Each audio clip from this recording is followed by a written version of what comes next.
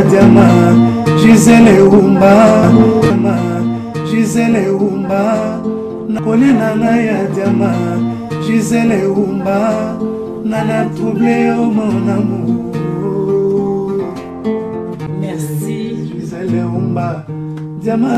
Oui, bonsoir Bandeko Balandi, Diama Marti, peuple congolais mobimba.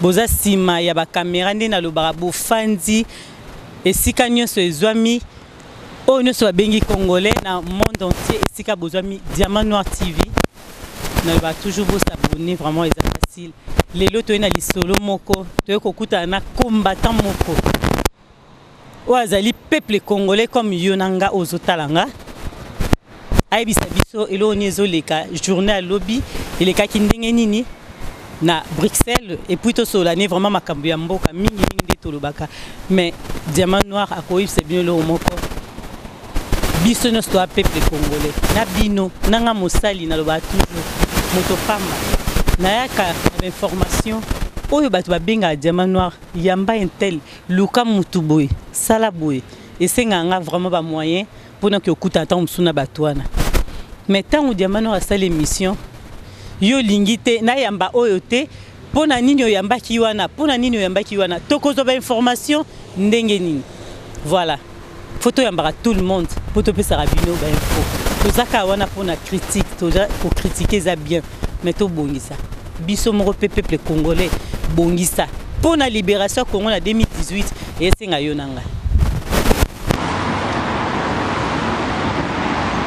tout à l'heure là tous vendre tout sur la mamboka Gisele Umba Diamant Noir TV tozawana bambote na batutu Stéphanie Maemba batutu bambote na bango commandant Yesu Christian Bola baliangano États-Unis bambote ya tous ensemble tous le même mamboka.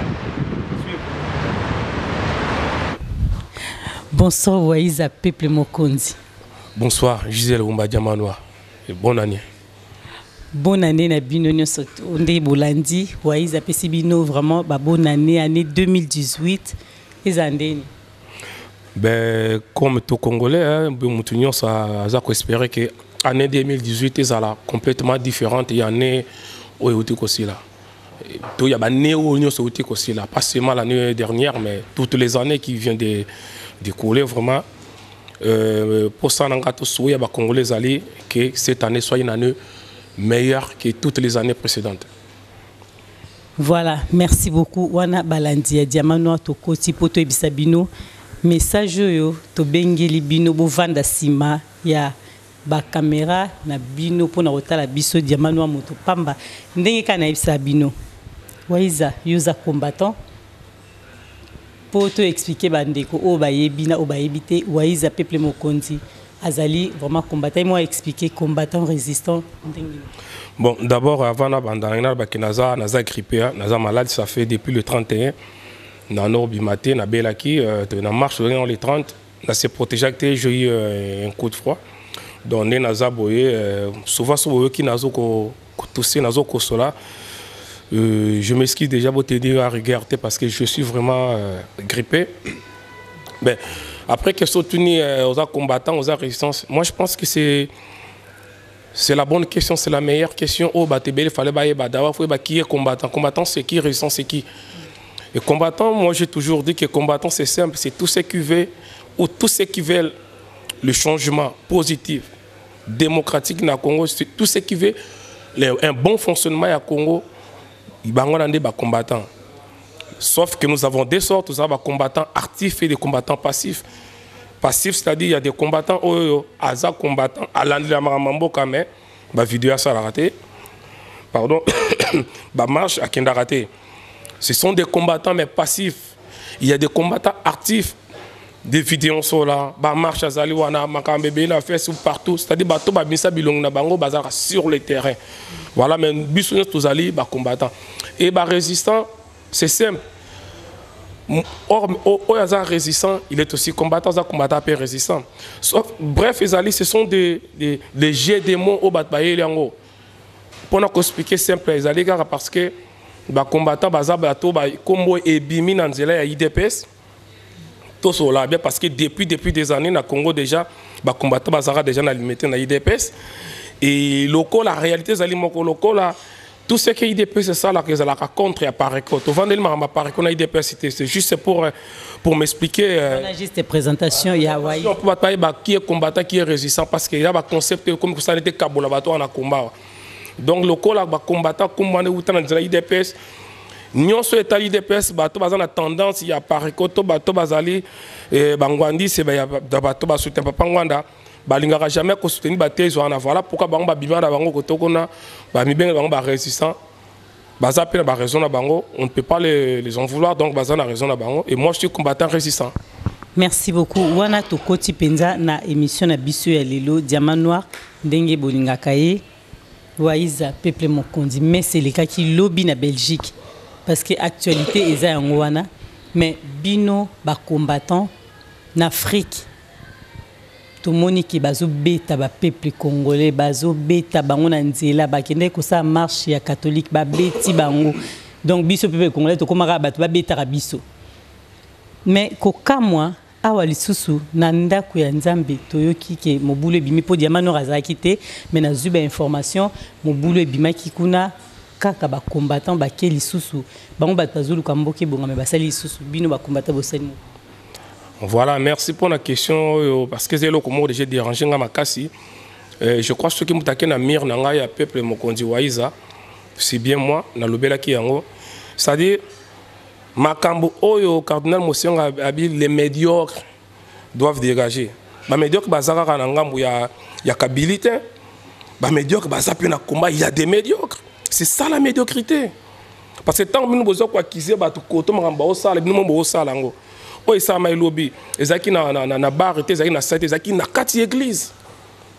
Nenge mo kabile sali na kati église ah ba médiocre muso ba sali yango. Je ne suis pas katumbiste. Na soutenaka Katumbi te na soutenaka ba idéologie ya Katumbi na soutenaka ba idéologie ya syndicat de le Congolais debout nenge na soutenaka ba idéologie mususu en partie ya Papa Ngwanda pas totalité parce que Papa Ngwanda yena soutenaka maka mususu nenge na soutenaka ba tunyo soba makantima là mais du moins ce qui s'est passé hier en église c'est vraiment c'est déplorable je condamne ça avec toute énergie et ça a raté parce que tous dans la quatre église oh ya Monique Katumbi azali assassin azali boy on attend les pardon on attend les moments opportuns il y aura un moment pour ça je peux poser une question Baïb Sangai qui est ces politiciens ces sept politiques congolais oh yo azali clean aza sans problème na kati ya Congo batangela moko o aza mosantu lelo Franck Diongo le la comme lokola ange ya Nzambe lelo hier ba bengaka ekolabo Franck Diongo ba bengaka ekolabo lelo akoma ange ya Nzambe. Martin Fayulu il a travaillé avec le gouvernement na parlement ya Kabila mbula na mbula et jusqu'à présent zo kambongo na ye mais il est là il est dans le combat. Donc tout ko banda période de Papa Ngwanda ko banda lelo ba Félix bango tout mutu moko azali saint devant le peuple congolais azate mais ce n'est pas ça le moment donc ce n'est pas le moment opportun to ko sala makambo wana to sili sa auto zanango zali important et au moment opportun il y aura un tribunal qui sera établi justice ezali to senga état de droit pendant l'état de droit ba ko juger qui est qui pour ba o ba o juger ba to mingi na ngambo wana ba kanga bato peut-être na tanga tribunal ba on peut ba kokota ba o ba kanga lelo ko kolabo mais tant to ko yongola tant su yé par la parmi bato ba okanga mais à s'infiltrer na kati moi je pense que ce n'est pas le moment Moïse azana mabe na ye Moïse asalini na salini mais ce n'est pas le moment et surtout pour mes amis maman Gisèle Diamant Noir toujours senga na bato ba quitter Kaya Kabila ba ya na ngambo ya peuple mais bato wana so ba ye nous continuons on a dit nous parce que je fais partie de ya bato wana nous continuons toujours à traiter bango c'est comme si ça toujours na ngambo wana qui est ces combattants azan appareil de mesures ya tester authenticité to véracité ya mutu to sincérité ya mutu nani azate mais Waiza ngana koki ko kata yo parce que yo ozali vraiment combattant na kati yo muke pona na luba lelo tomoni nga diamano na yambara toujours batu mais biso ba toté moi parenthèse vraiment tozonga na lisolo tozaki nango nena loba biso tozasuna muto yambate ngai vraiment na zoi batena yamba nani na sola na nani même na kati ba combattant na ba combattant mususu ba olobisa su diamano ate parce que oyambaki intel tant mususu osoli na ote oyambaki oyo mais to yamba banani na yambi lobby honorable parce que makambo lekaki fa to yo kandenge lekaki honorable Francis Kalombo poto tout naie poto so ba information ya ba peuple congolais ba tinda diamano mais bato ba boyi pourquoi honorable aleki ah mais na ebite zani to yamba kasi makambo ngo ya médiocrité yango yote o ezali important ba combattants ou les résistants to lingso kolandela te nous avons complètement oublié cible na biso ezalaki Kabila te mais la Kabila le système Kabila parce que Kabila peut partir matata pone na place to nanani Minak Bochab na place ça revient tout même c'est ça la médiocrité tala soki to komi ko pone la ba journaliste oloba que non Aline Mongala maître Dona pasteur Bobo Gisèle Wumba ne konanga papier ken ko pone ko solana intelité solana oyo mais attends. Là, nous commençons maintenant à dépasser la limite. Est-ce que c'est ça notre combat? Est-ce que c'est ça l'objectif? Ce qui ont tourné Francis Kalombo Makambouté, vous savez pourquoi ce soldat au Kangayo le Bakano, c'est parce que les propos ils ont tenir compte un jour. Donc, les journalistes, vous allez on a pour aider biso. Koyeba nini e bango ba okansa tonu bazo projeter même so bazo kosa lobi to kokanga bango parce que ba lobaki déjà boy bo so ba lobaki to koyeba nini et puis batouana nous avons besoin de pardon batouana on a besoin de bango Francis Kalombo oui Francis Kalombo a travaillé pendant longtemps na Kabila oui j'ai suivi certaines interviews Azol Bakeno il est toujours du PPRD ah oui on peut le cautionner sur ça mais ce qu'on est boy est-ce que combat na biso tozanango o tozanango besoin batouana nous ne pensons pas qu'ils peuvent aussi ajouter une pierre très précieuse dans makambo yo Francis Kalombo ay makambo belé Moïse ay makambo belé nde to vandu makambo ya André Kimbuta renebo to sutuka be pas André Kimbuta na bosolo atiki Kabila ayena ngamu na so to saleni ne so tun ba kumata mususu a rosa lumbel me mote mais ngai nga na osala ngote nga muto kwa André Kimbuta soka atiki Kabila ye na rosa mutaboso na kinozuka ye mais avec beaucoup de prudence. Pourquoi? Parce que André Kimbuta a trop fragilisé Ngambouana. Si réellement attiquer Kabila na Bosolo, il peut nous aider dans Makambo Belé. Il peut nous aider sur ce qui est boyé. Akimi kuna, akuma le kola ngembo, akufi kota ba mambwa boko zoye, kota ba ndika boko zoye. Siko, baro batika kuna baro zonga nengeni. Baro ya koto nengeni. Toujours le gâteau des peuples qu'on a pour le peuple cannabis mais batango ça va être au finga bango. Toza makasi Rwanda, Ouganda, Burundi, batutu. Docteur Denis Mukwege atsa mutubo komi Burundi. Tu sais que le goût kala benga kayangole. Moïse Katumbi Zambien ceux qui juifs ceux qui nani. Ou yatsa mutubo nani syndicat de club misiboye. Et comme yo Asa Congolais 100%. D'ailleurs, si mané Angola mutasali wana, baba la moine, si quoi to lingi nini, nous qu'est-ce que nous voulons maintenant que mutaouta na likolo, o nzambe mo rotinda, o asala na Congo ate, auzalate. Grandissons un peu. Tous ceux qui ne wapi na makambo, mutabisa mutubo fingi, mutubo lingi ete. Beaucoup mo prendre là ba journaliste, c'est pas ça notre combat. Voilà, c'est pas ça notre objectif. L'objectif est d'aller mususu cible, même si d'aller mususu. Totika muto mutasala musala voilà pourquoi Kongozo kufa muto mususu asala musala wana te maniko pesa loi kuna Kongozo kufila ndengwana. Moi je pense que totika ba journaliste ba pona bato bango ba lingi ko pona basala une mission tala maman Gisèle est-ce que yebi ke bato ya na ya lusha bakuta na Kabila je crois en 2016 na est kuna bakuta basala boye face à face rendez-vous na Kabila est-ce yango sala est-ce que lusha longa na place nango. Ben nous devons maintenant commencer à penser à niveau. Kosolana Francis Kalombo, Kosolana na Mutumoka Tika Kabila ya na ngamu na biso, c'est pas un péché. Pour moi, c'est pas un péché.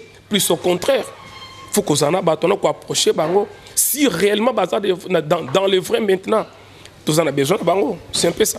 Ok, merci beaucoup. Vraiment, on a besoin de biso na Diamant Noir TV. Ndenge toloba toujours biso to yambara mutunyo surtout pour opesa biso info au peuple congolais. Ndenge na bara mosali na bino Gisèle Wumba. Vraiment Azamoto Pamba. Merci beaucoup. Mais to komi poto chité Corneille Makania lobi tuna waiza lisusu.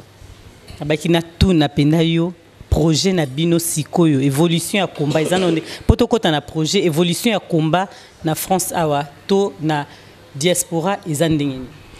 Non, combat est évolué bien que ça va misusu na benga ba bisimbi na combat ba bisimbi ya kisimbi c'est ça quoi ba tumsumu so mona bongo na mutema kala mais ti le makamne ka changer raté.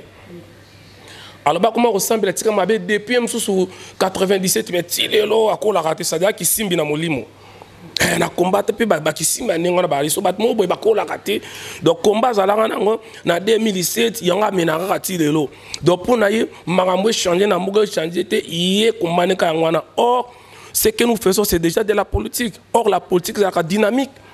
La politique n'est pas statique, c'est dynamique. La politique qui bouge, la politique qui change. C'est-à-dire ceux qui me mouvement au politique Rokende, nous les combattants, nous sommes obligés, excusez-moi les termes, obligation, mais tous allez censés y a kolanda vague wana. C'est-à-dire quoi? Moi je pense que les lots combat ils allaient bien, mais nous devons évoluer plus. C'est-à-dire quoi? Étape il y a lumbe moite. Dans le but que c'est si là, mais période dans où tu as dit non ma casse zalaki, tu as focalisé zalaki. Et les atouts sont là, les acquis sont là.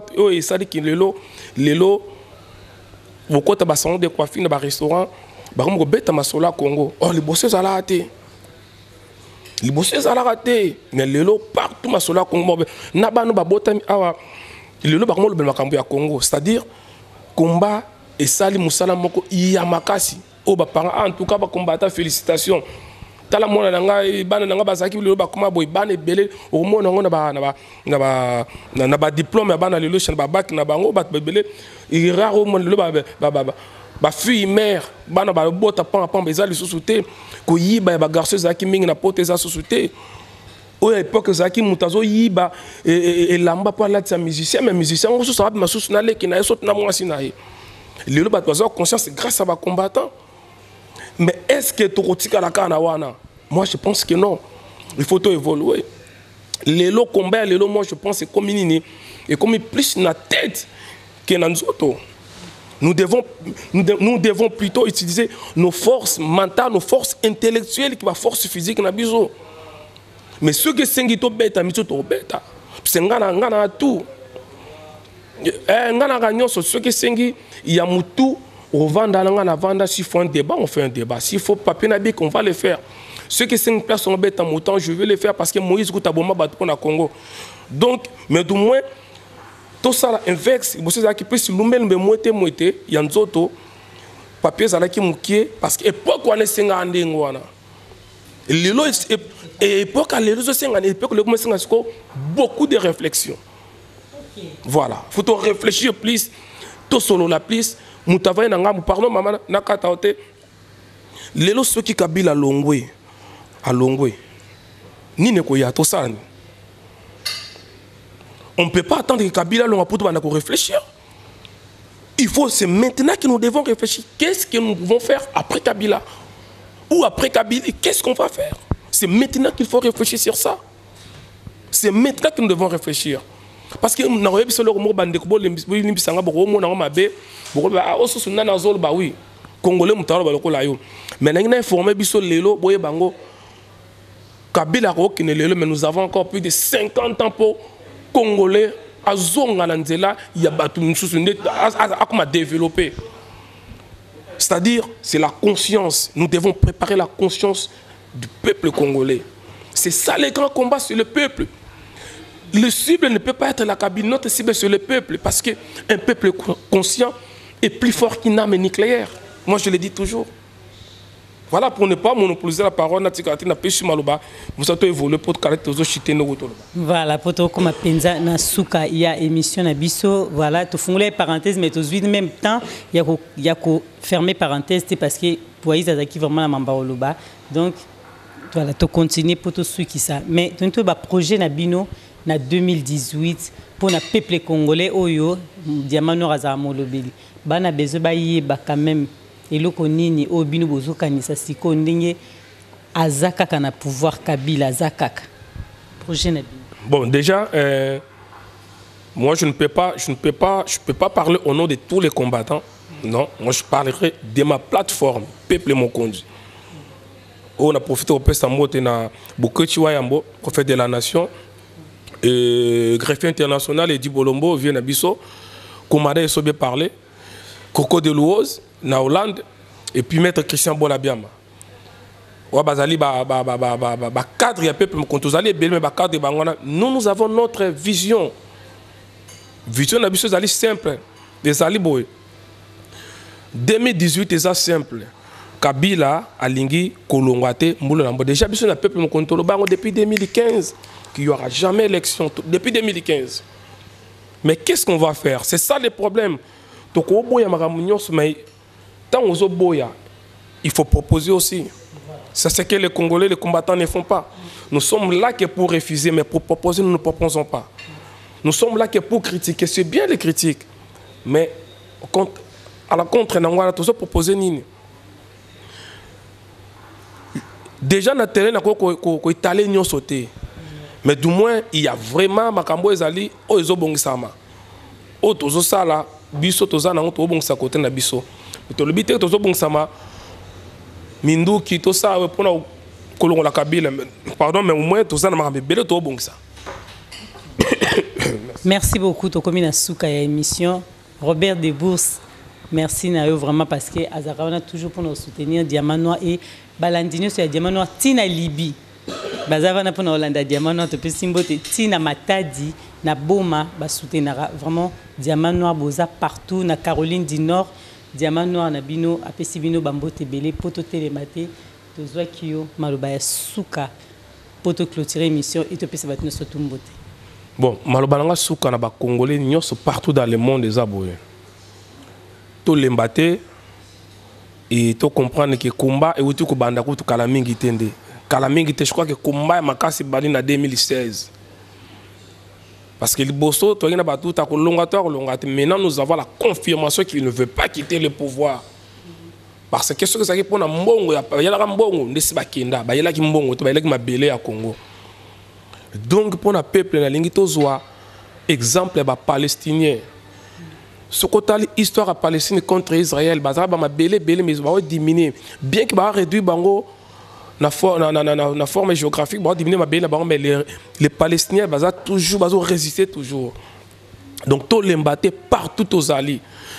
Et puis tu comprends que ce n'est pas moment de division. Aucun homme politique congolais azali clean na kata Congo wana. Bango tout.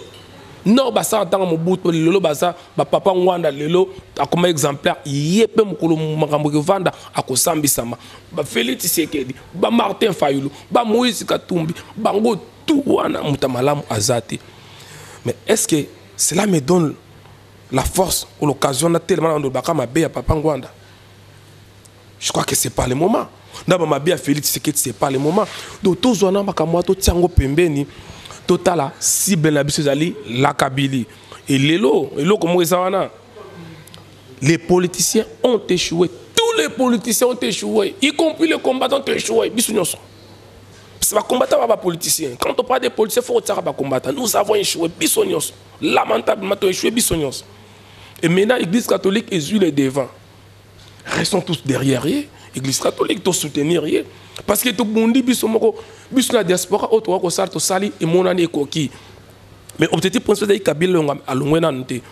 Alors, réunissons-nous derrière l'Église catholique, tous en assimala bango, et tout boy récupération politique, homme politique, on a récupéré ma l'Église catholique comme le roi bango. Bango tout à laquelle les basons en assimala l'Église catholique. Et puis on a profité de ce qu'on appelle Sambote, tout Bakolanda. tous les grands combattants, surtout en France, bango tout. Odombo, Pacheli Mikobi, Général Babé Masombo, Martin Sali, Pichou, Zoro Bilele, Selezino, combattant na nyonso na on a yebi surtout yebi te bango tout bato na nyonso na pesi bango merci ba continuer mais tous à la bon moko tata ata tous à resika moko te mais esprit tous à nango moko les loups ne se mangent pas entre et donc robunda biso na bisoté merci. Merci beaucoup wana bolanda biso Waiza Pepe Mokondina Gisèle Lumba Diamant Noir abonnez bobo sanate oyebisi bat bas abonné mais Diamant Noir abibo s'abonner mingi. Abonnez-vous sur Diamant Noir TV. Gisèle Lumba Diamant Noir TV vous s'abonner. Bandeko Brésil nazoya kuna nazozonga pesa mboka nanga nazoya kuna Maître Pablo Dada Papi Kano Pasteur Leonard tout nga nazoya to vendre sa idéologie kuna et puis awa bandeko nyonso to sanga to zala makasi ensemble au moins na muto atiki Kabila ye na ngamu na biso to wele la to sangana na ye akoko sunga biso ta na conseil même mende wana lobi akoza l'important pour na oboma Kabila voilà ingeta merci Gisèle Umba nakolena na ya diama Gisèle Umba nana troublé au mon amour merci Gisèle Umba diama